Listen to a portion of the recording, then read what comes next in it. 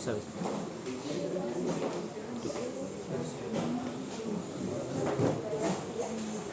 Om Swastiastu. Selamat pagi teman-teman yang hadir pada kesempatan kali ini. Kami dari kelompok 7 dan kami akan mempresentasikan hasil penelitian kami. Namun sebelum itu izinkan kami memperkenalkan diri terlebih dahulu. Nama saya Tukang Evita Amelia, nomor absen 29. Sebelah saya. Saya Nyoman Surya Wijaya, nomor absen 16. Saya Cantika Pemuda Murti, nomor absen 30. Saya Made Muda Sehat nomor 27 dan selanjutnya. Saya Made Fajar Kisana nomor 14. Baik, seperti yang saya katakan tadi, kami akan mempresentasikan hasil penelitian kami yang sudah kami susun dalam bentuk laporan dan makalah. Adapun judul dari penelitian kami adalah mengetahui pengaruh faktor eksternal terhadap pertumbuhan kecambah biji jagung atau ZMSL dan biji kacang hijau atau Ficaredia L pada media kapas.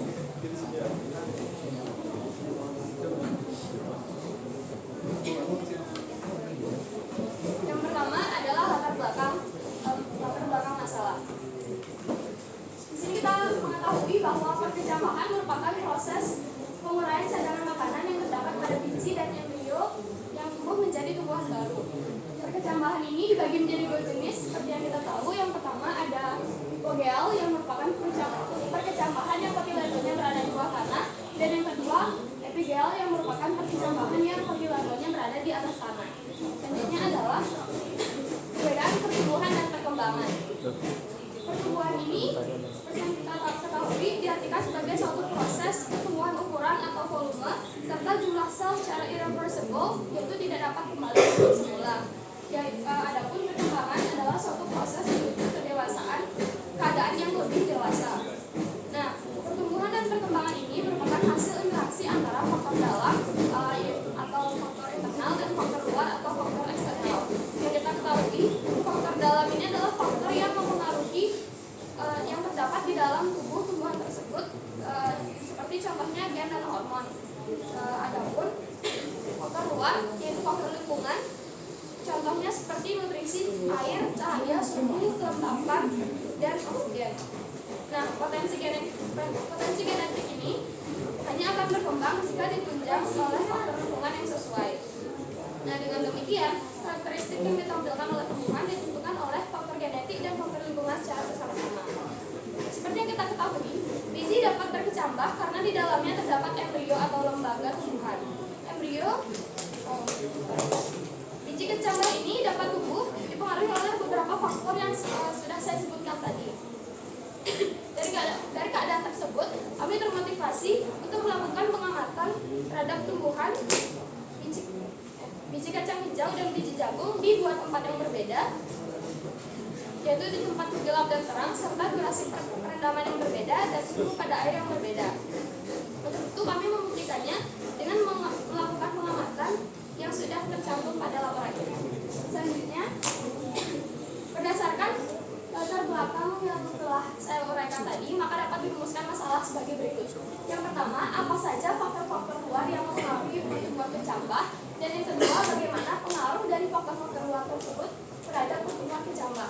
Selanjutnya adalah tujuan dan manfaat. Adapun tujuan dari penelitian kami adalah untuk menentukan apa saja faktor-faktor luar yang dapat mempengaruhi pertumbuhan kecambah dari biji kacang hijau dan biji jagung, dan juga untuk mengetahui pengaruh dari faktor-faktor luar tersebut terhadap biji kacang hijau dan biji jagung.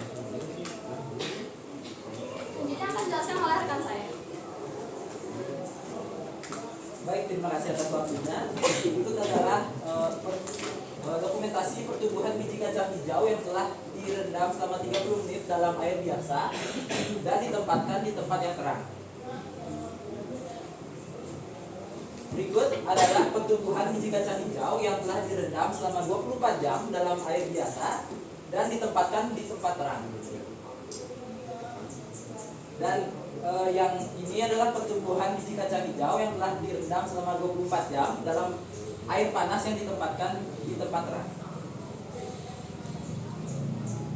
Berikut adalah tabel dari hasil percobaan kami terkait pertumbuhan kacang hijau di tempat terang.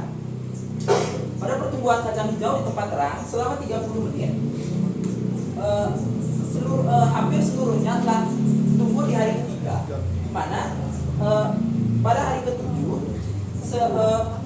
tanaman yang tumbuh ini sudah mencapai rata-rata sebesar 18 cm. Terlihat bahwa pada jagung pada perendaman 30 menit pada kacang hijau dengan perendaman 30 menit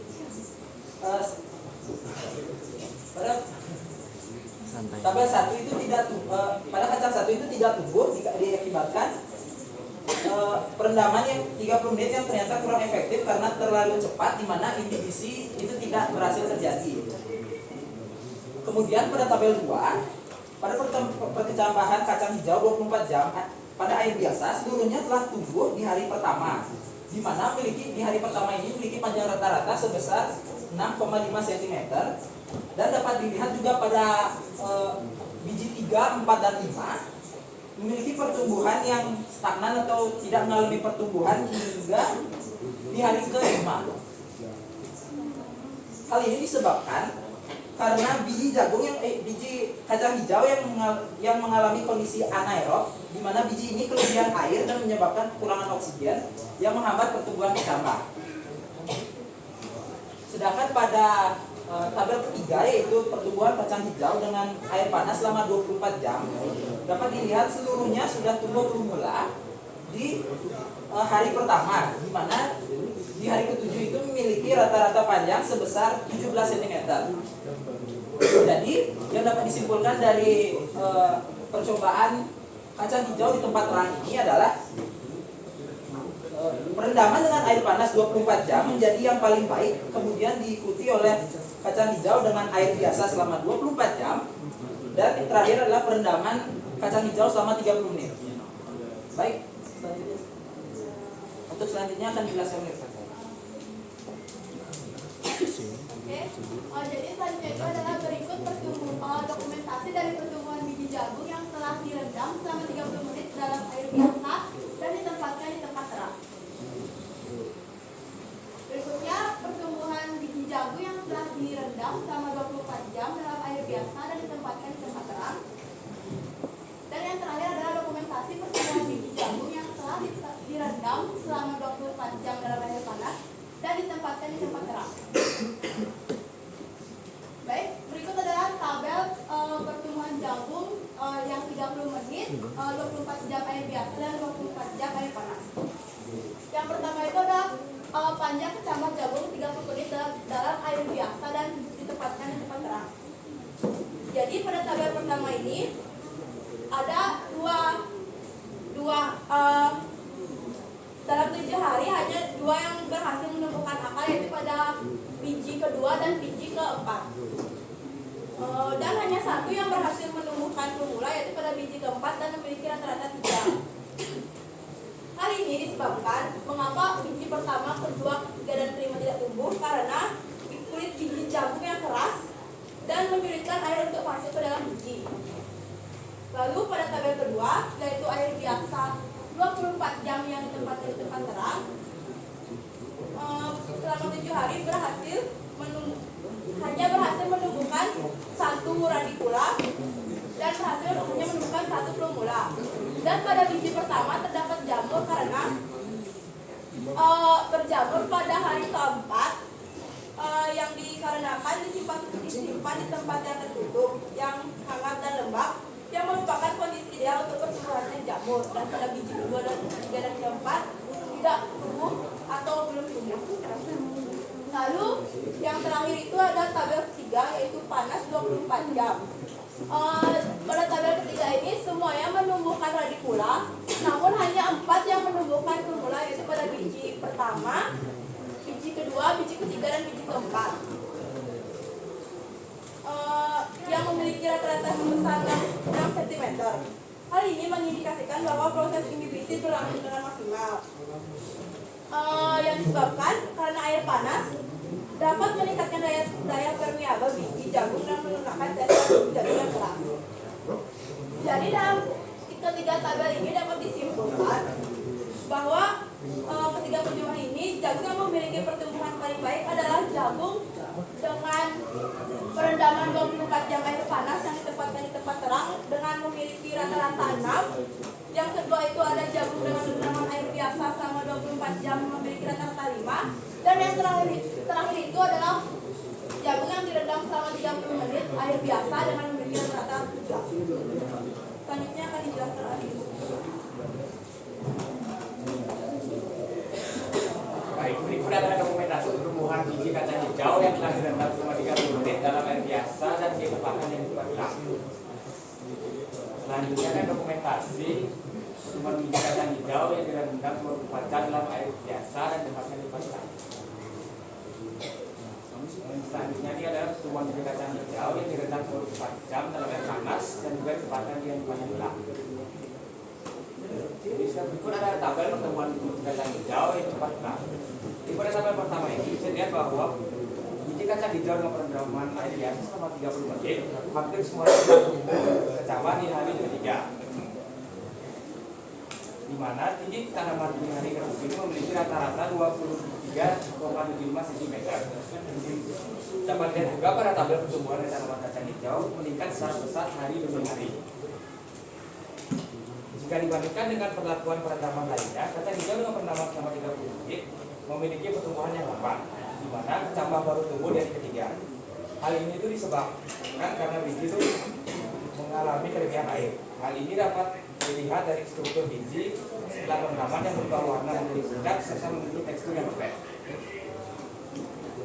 Selanjutnya pada tabel kedua dengan perendaman air biasa selama 24 jam air biasa gelap itu memiliki tingkat keberhasilan untuk tumbuh sebesar 100%.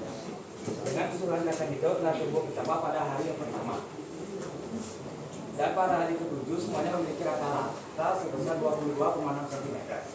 Dan sama seperti tabel yang pertama ini, selisih pertumbuhan tanaman meningkat secara drastis dari hari ke hari. Selanjutnya ada tabel 3 dengan perendaman air panas selama 24 jam. Ini memiliki tingkat keberhasilan yang sama juga di tabel 2 itu 100% dengan keseluruhan kacang hijau telah tumbuh mencapai pada hari pertama. Dan saat hari ke-7 seluruh kacang hijau memiliki rata-rata sebesar 25 cm. Pada kacang 2 ini memiliki pertumbuhan yang berbeda dengan kacang lainnya, karena biji kacang hijau 2 juga memiliki kelebihan air yang menghambat pertumbuhan. Jadi, dari ketiga metode perendaman tadi, yang memiliki tingkat keberhasilan untuk tumbuh yang paling baik adalah 24 jam air panas, dan kita 24 jam air biasa, dan yang terakhir 30 menit air biasa. Dan selanjutnya akan dijelaskan oleh rekan saya. Jadi berikut adalah dokumentasi pertumbuhan biji jagung yang telah direndam selama 30 menit dalam air biasa. Dan berikut juga adalah dokumentasi biji jagung yang telah direndam selama 24 jam dalam air biasa dan ditempatkan pada tempat gelap. Terus yang ini yang biji jagung yang telah direndam selama 24 jam dalam air panas dan ditempatkan di tempat gelap. Jadi ini berikut adalah tabel jagung di tempat gelap. Jadi saya jelaskan dulu dari yang tempat gelap. Jadi dari yang jagung yang direndam selama 30 menit pada air biasa ini, dari biji 1 sampai biji 5 itu tidak ada yang namanya terjadinya proses perkembangan. Dari mana ini terjadi dikarenakan dari biji 1 sampai ke 5 ini tidak mengalami yang namanya imibisi karena dia tidak menunjukkan tanda-tanda tumbuh akar atau pembusukan. Dari mana kita melihat struktur bijinya itu masih keras dan itu yang menyebabkan bahwa air itu susah untuk masuk untuk ke bijinya. Dan untuk yang jagung 24 jam air biasa ini seluruhnya berhasil mengeluarkan akar. Hal ini mengindikasikan bahwa proses imibisi itu berhasil, tetapi hanya 1 biji aja yang berhasil untuk mengeluarkan batang dan daun. Hal ini disebabkan karena struktur biji 1 sampai 4 ini masih keras, di mana dia memerlukan perendaman yang lebih lama lagi. Terus untuk yang jagung 24 jam air panas ini hampir seluruhnya berhasil membakar. Hal ini disebabkan karena meningkatkan daya permeable. Jadi air panas itu meningkatkan daya permeable untuk melunakkan pesta pada biji jagung, yang berarti proses imibisi itu berhasil pada 24 jam air panas. Dari mana seluruh bermula pada tanaman tumbuh di hari ke-6 dan sampai hari ke-7, yang dimana seluruh tanaman itu tumbuh memiliki rata-rata 7,6 cm. Jadi pada percobaan ini ada biji biji keempat yang jamur pada hari keempat, yang dimana hal ini dikarenakan jagung ini kemungkinan disimpan di tempat yang tertutup dan menjadi lembab dan hangat, yang merupakan kondisi ideal dan mana jamur itu tumbuh. Jadi bisa disimpulkan dari bawah 3 tabel ini bisa diurutkan dari pertemuan yang terbaik, yaitu tabel jagung 24 jam air panas, terus 24 jam air biasa, dan 20 jam air biasa di depan itu. 30 menit air biasa.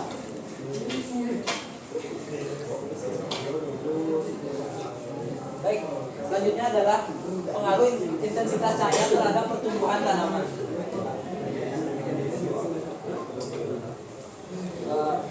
Cahaya matahari bermanfaat bagi tanaman, terutama sebagai energi yang nantinya digunakan pada proses fotosintesis. Cahaya juga berperan dalam proses pembentukan klorofil. Akan tetapi, cahaya dapat bersifat sebagai penghambat atau inhibitor pada proses pertumbuhan. Hal ini terjadi karena cahaya dapat memicu difusi auksin ke bagian yang tidak terkena cahaya, sehingga proses perkecambahan yang ditempatkan di tempat gelap akan menyebabkan terjadinya etiolasi. Etiolasi adalah proses pemanjangan sel pada tanaman yang tumbuh di tempat gelap akibat produksi auksin yang terus-menerus. Dan dikarenakan produksi auksin yang terus-menerus menyebabkan warna dari batang dan daun pada tanaman yang dibudidayakan berwarna pudar serta mengalami perubahan tekstur menjadi lembek dan tidak kokoh. Hal ini dapat dibandingkan pada grafik berikut. Berikut adalah grafik perbandingan pertumbuhan kacang hijau pada tempat gelap dan pada tempat terang. Dapat dilihat pada grafik pertumbuhan kacang hijau di tempat terang itu mengalami pertumbuhan yang tidak terlalu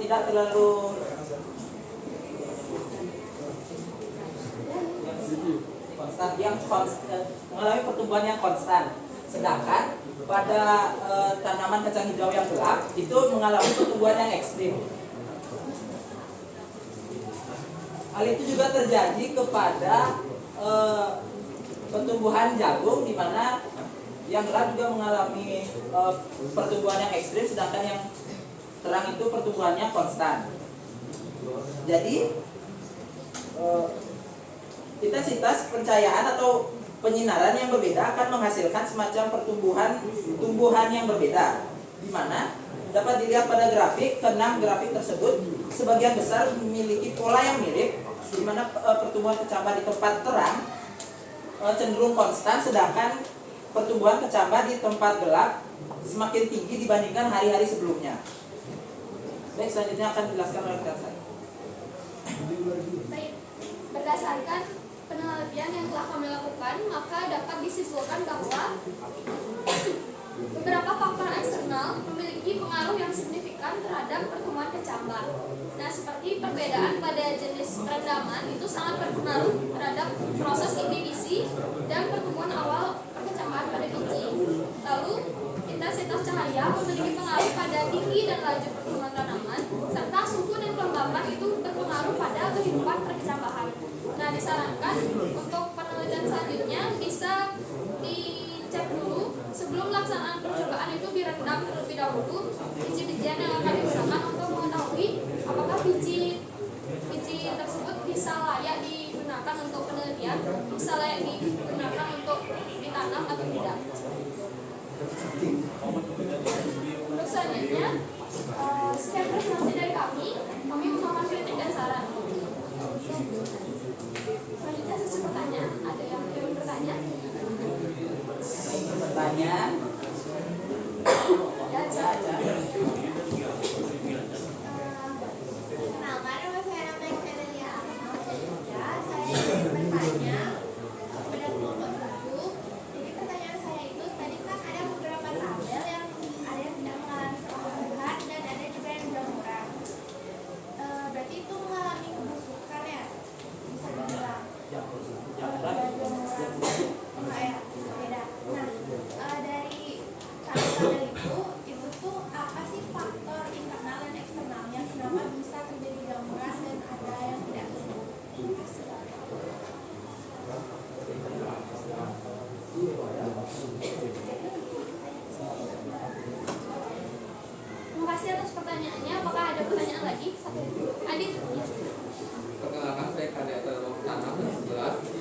yang mau bertanya. Jadi kan tadi disebutkan bahwa kacang hijau di tempat terang 24 jam air biasa itu dibilang katanya pertumbuhannya stagnan karena terlalu lama direndam air.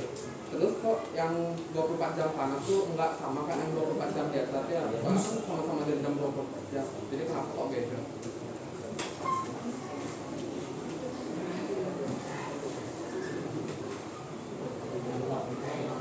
Terima kasih atas pertanyaannya. Izinkan kami berdiskusi.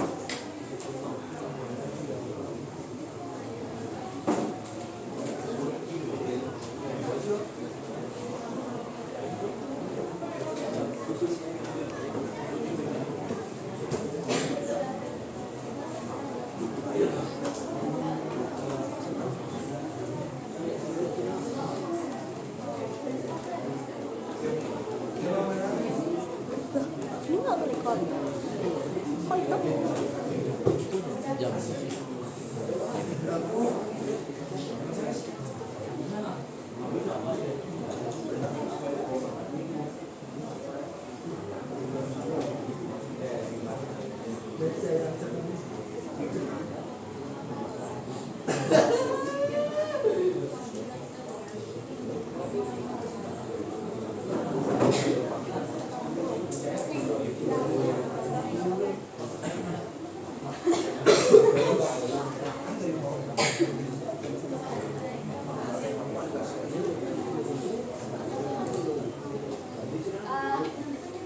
Terima kasih atas pertanyaannya dari Aca.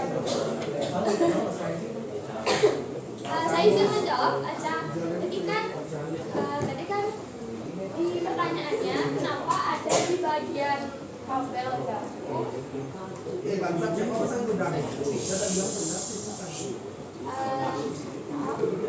Di jagung itu ada beberapa yang tidak tumbuh di air biasa, ada beberapa yang tidak tumbuh.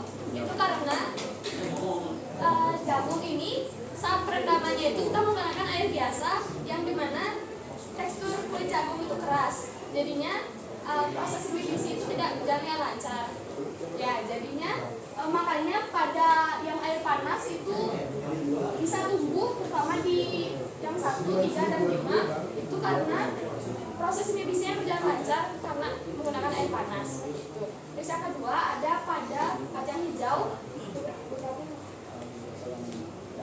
Beberapa yang nggak tumbuh itu karena proses perendamannya terlalu cepat. Karena itu tadi yang kacang hijau tidak tumbuh. Lalu ada poin ketiga yaitu kenapa bisa jamuran. Nah, jamuran itu karena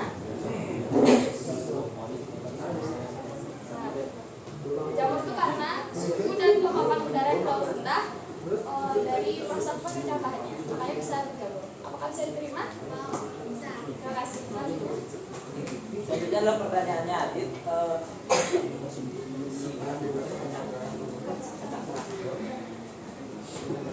Pertanyaannya Adit. Nah,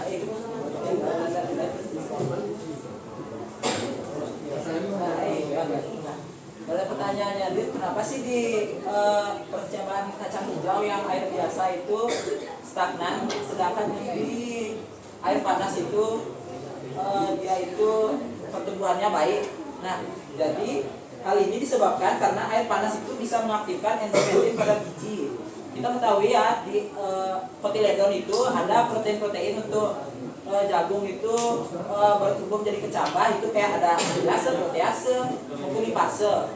Nah, jadi selain protein-proteinnya itu digunakan untuk berkecambah, jadi ketika protein-proteinnya itu diberikan air yang hangat, dia itu akan mengalami koagulasi. Kita kan tahu koagulasi itu kayak bukan bergabung gitu dia. Jadi koagulasi kayak itu kayak bergabung, sehingga ini yang mengatur proses penyerapan dari si biji jagung, sehingga biji jagungnya itu meskipun direndam selama 24 jam dia itu biji kacang, sehingga si kacangnya itu meskipun direndam selama 24 jam proses penyerapannya itu tuh tetap terjaga karena protein-protein itu. Apakah bisa diterima? Terima kasih sudah memberikan pertanyaan, dan sekian presentasi kami tutup dengan permasalahan. Oh, sedih.